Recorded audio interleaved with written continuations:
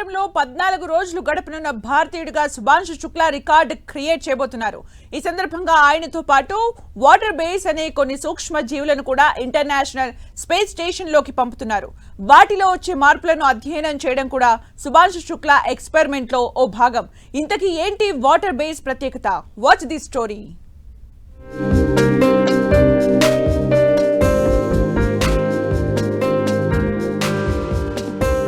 అంతరిక్ష కేంద్రంలోకి little water bears. ఈ చిన్న జీవులే గగన్యానికి దారి చూపుతాయా? ఎలాంటి ఉష్ణోగ్రతనైనా తట్టుకోగల లిటిల్ వాటర్ బేర్స్. శుభాంశు శుక్లాతో పాటు సూక్ష్మ జీవులు.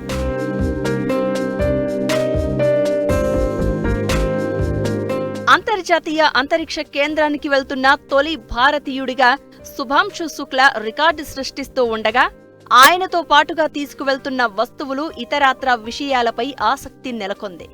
వాటితో పాటే వాటర్ బేర్స్ అనే మైక్రోస్కోపిక్ క్రీచర్స్ కూడా ఉన్నాయి. ఇస్రో కూడా భాగస్వామ్యమైన ఈ ఆక్సియం 4 మిషన్లో టార్డిగ్రేడ్స్ అనే సూక్ష్మ జీవులను కూడా తీసుకెళ్తున్నారు.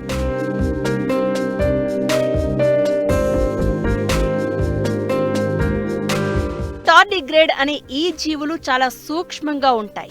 అయితే అంత చిన్న జీవుల్లో కూడా ఆకృతి మైక్రోస్కోప్ లో చూసినప్పుడు ప్రత్యేకంగా నిర్దిష్టంగానే ఉంటుంది. 8 కాళ్లు, పంజాల్లాంటి కంటకాలతో ఉండే ఈ మట్టి పురుగులను 1773లో German zoologist Johann August Ephraim Goeze కనుగొన్నారు.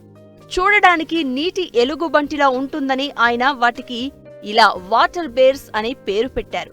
చాలా మెల్లగా కదలికలు ఉండే ఈ జీవులు భూమిపైన ప్రతి వాతావరణంలోనూ కనుక్కోవచ్చు. ఎలాంటి ఉష్ణోగ్రతలోనైనా బతకగలవు. అన్నిటికంటే గొప్ప విషయం ఏంటంటే, ప్రమాదం ఉంది అనుకుంటే ఇవి వెంటనే డార్మెంట్ స్టేజ్ అంటే తమలోని జీవ ప్రక్రియలన్నింటినీ ఆపేసి నిద్రాణ స్థితిలోకి వెళ్లిపోతాయి.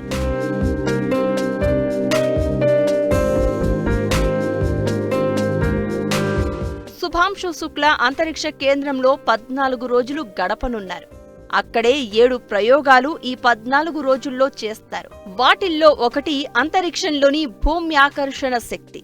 రోదసిలో గ్రావిటీని ఈ సూక్ష్మ క్రిములు ఎలా తట్టుకుంటాయనే విషయాన్ని పరీక్షిస్తారు. తమ ప్రయోగంలో ఈ వాటర్ బేర్స్ లో వచ్చిన మార్పులను పరిశీలిస్తారు. అంతరిక్షంలో వాతావరణానికి తగినట్లుగా టార్డిగ్రేడ్స్ అటూ ఇటూ ఎలా కదులుతాయనే అంశాన్ని పరిశోధించడంతో పాటు అక్కడ పునరుత్పత్తి ఎలా చేస్తాయనే విషయం కూడా తెలుసుకుంటారు. భూ వాతావరణంలో పునరుత్పత్తికి, అంతరిక్షంలో పునరుత్పత్తికి ఈ మట్టి సూక్ష్మ పురుగుల జన్యువులలో కలిగే మార్పును శుభాంశు శుక్లా రికార్డ్ చేయబోతున్నారు. ఈ అంశాలు రాబోయే రోజుల్లో జరిగే గగన్యాన్ మిషన్ కి ఉపయోగపడనున్నాయి. వేడి వాతావరణాన్ని ఈ వాటర్ బేర్స్ ఎలా తట్టుకోగలవు అనే అంశాన్ని ఆధారంగా మిషన్లో మార్పులు